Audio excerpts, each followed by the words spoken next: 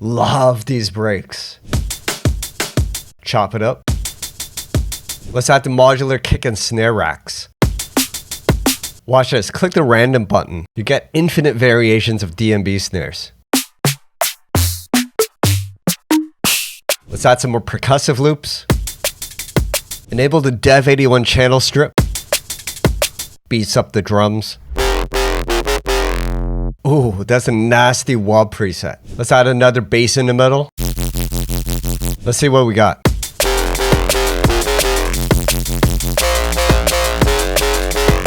Let's add some musical loops on top. And some vocals for a finishing touch. Another night, another morning after. All right, let's check the final result. Another night, another morning after.